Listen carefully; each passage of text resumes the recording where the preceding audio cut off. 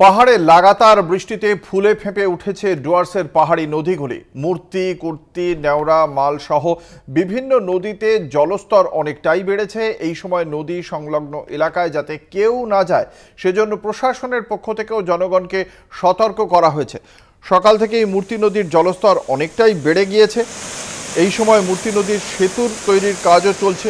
নদীতে নেমে শ্রমিকরা যাতে সেতুর কাজ না করেন সেই জন্যই তাদের নদী থেকে সরিয়ে দেওয়া হয়েছে ইতিমধ্যেই। আপনারা দেখতে পাচ্ছেন উত্তরবঙ্গের নদীগুলি যথেষ্ট ফুলে ফেঁপে উঠেছে। ইতিমধ্যেই বন্ধ হয়ে গিয়েছে কালিম্পং দার্জিলিং সড়কপথ। তিস্তা পাড়ের মানুষদের নিরাপদে সরিয়ে আনার জন্য মাইকে প্রচারও করা হয়েছে প্রশাসনের পক্ষ থেকে। মালবাজার থেকে রয়েছেন আমাদের প্রতিনিধি কৌস্তভ ভৌমিক। সার্বিকভাবে এখনো পর্যন্ত কি পরিস্থিতি কৌস্তভ? প্রশাসন কি পদক্ষেপ করেছে এখনো পর্যন্ত?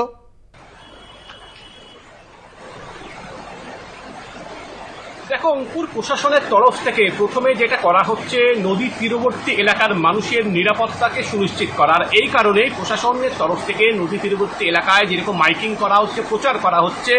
কেননা তুমি যেটা দেখতে পাচ্ছ যে বিগত কয়েকদিন থেকে যেরকম ডুয়ার্সে বৃষ্টি হচ্ছে তার থেকে কয়েক গুণ বেশি বৃষ্টিপাত হয়েছে সিকিমের পাহাড়ে। আর পাহাড়ের বৃষ্টির ফলে কিন্তু ডুয়ার্সের নদীগুলির জলস্ফীতি দেখা দিয়েছে। কার্যত বলা যেতে পারে যে কোনো মুহূর্তে একটা বন্যা পরিস্থিতি সৃষ্টি হতে পারে, যার ফলস্বরূপ আমরা দেখতে পাচ্ছি যে ডুয়ার্সের বিভিন্ন নদী সেগুলো কিন্তু ফুলে ফেঁপে উঠেছে। আমি এই মুহূর্তে রয়েছি মালবাজারের মাল নদীতে। তুমি জানো যে 2022 সালের যে পুজোর সময় এখানে এই মাল নদীতেই কিন্তু হরপাবান নেমে আসে বা প্রচুর মানুষ ভেসে যায়। এই মাল নদীও কিন্তু 8 থেকে 10 দিন আগে পর্যন্ত সেরকম জল ছিল না। আজকে কিন্তু প্রবল স্রোতে বইছে এই মাল নদী। এবং আমি যেই জায়গায় দাঁড়িয়ে রয়েছি, যে পার নদীর সিঁড়ি, ঠিক এতটা পর্যন্ত কিন্তু সকালে এখানে জল ছিল। কার্যত বোঝা যাচ্ছে যে কতটা পরিমাণ জল কিন্তু বিভিন্ন নদীতে রয়েছে। আমরা দেখতে পেলাম যে জলপাইগুড়ি সেচ দপ্তর থেকে শুরু করে জলপাইগুড়ি প্রশাসনের তরফ থেকে বিভিন্ন এলাকায় যেই সমস্ত সতর্কতামূলক ব্যবস্থা নেওয়ার সেগুলো নেওয়া হচ্ছে। পাশাপাশি সিভিল ডিফেন্স থেকে শুরু করে এনডিআরএফ প্রত্যেককে কিন্তু স্ট্যান্ড বাই রাখা হয়েছে। যদি কোনো রকমভাবে বন্যা পরিস্থিতি সৃষ্টি হয় যাতে উদ্ধার কাজ করতে কোনো রকম সমস্যা না হয় সেই বিষয়গুলি কিন্তু খতিয়ে রাখা হচ্ছে। আরও একটি বিষয় তোমাকে বলে রাখবো যে পাহাড়ে এখনো প্রচণ্ড বৃষ্টি হচ্ছে। এমনকি আমি রয়েছি মালবাজারে, সেখানেও কিন্তু ধীরে ধীরে বৃষ্টি হচ্ছে। অর্থাৎ এখনো আকাশ কালো। যে কোনো মুহূর্তে কিন্তু একই রকমভাবে মুষলধারে বৃষ্টি শুরু হয়ে যেতে পারে। যদি আবার বৃষ্টি শুরু হয়ে যায় তবে কিন্তু এই নদীগুলো আরও অনেকটা জলস্তর উপর দিয়ে বয়ে যাবে এবং আশেপাশে যে এলাকাগুলি সেগুলো কিন্তু প্লাবিত হওয়ার একটা সম্ভাবনা থেকে যাচ্ছে। ডুয়ার্সে বৃষ্টি যদিও বা কম হয়, যদি পাহাড়ে আরও অতিরিক্ত বৃষ্টি হয় তবেও কিন্তু একটা প্লাবনের সম্ভাবনা থাকছে। আর যদিও প্রশাসনের তরফ থেকে জানানো হয়েছে প্রশাসন সব রকমভাবে প্রস্তুত যে কোনো পরিস্থিতি মোকাবিলা করার জন্য। আরও একটি বিষয় তোমাকে বলে রাখবো যে 10 নম্বর জাতীয় সড়কের ধসের জেরে যে যান চলাচলের সমস্যা হয়েছিল সেটা কিন্তু অনেকটাই স্বাভাবিক। কিন্তু গ্যাংটক থেকে যে মাঙ্গানের যে রাস্তা সেখানে কিন্তু আপাতত যান চলাচল বন্ধ করা হয়েছে। সেখানেও ধসের মতো খবর সামনে উঠে আসছে। বলা যেতে পারে যে আমরা গত বছর যে বিপর্যয় দেখেছিলাম সিকিমে, একই রকম বিপর্যয়ের কিন্তু একটা ঘন ঘটা লক্ষ্য করা যাচ্ছে এবং তার প্রভাব যে সরাসরি ডুয়ার্সে এসে পড়বে সেটা কিন্তু আর বলার অপেক্ষা রাখে না।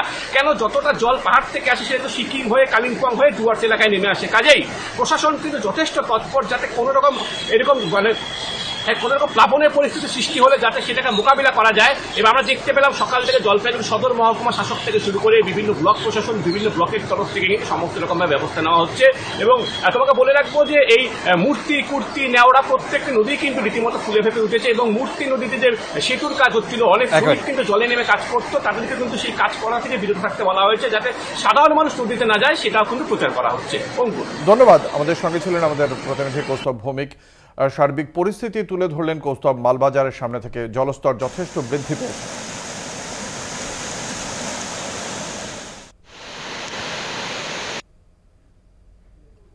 বাঁধ নেই নদীতে, ধীরে ধীরে চা বাগানের দিকে এগোচ্ছে নদী। ইতিমধ্যেই নদীতে বিলীন হয়ে গিয়েছে জমি সহ কয়েক হাজার চা গাছ।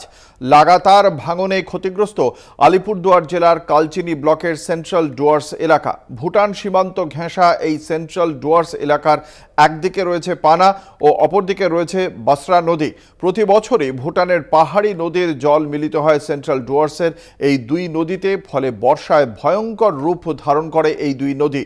ভুটান পাহাড় থেকে আসা খরস্রোতা বাসরা নদীর ভাঙনে এখনো পর্যন্ত সেন্ট্রাল ডুয়ার্স চা বাগানের ৮০ একরের বেশি জমি বাসরা নদীর গর্ভে চলে গেছে। নদী তীরবর্তী এলাকায় অনেকে নিজেদের ঘর ছেড়ে অন্যত্র চলে গিয়েছেন।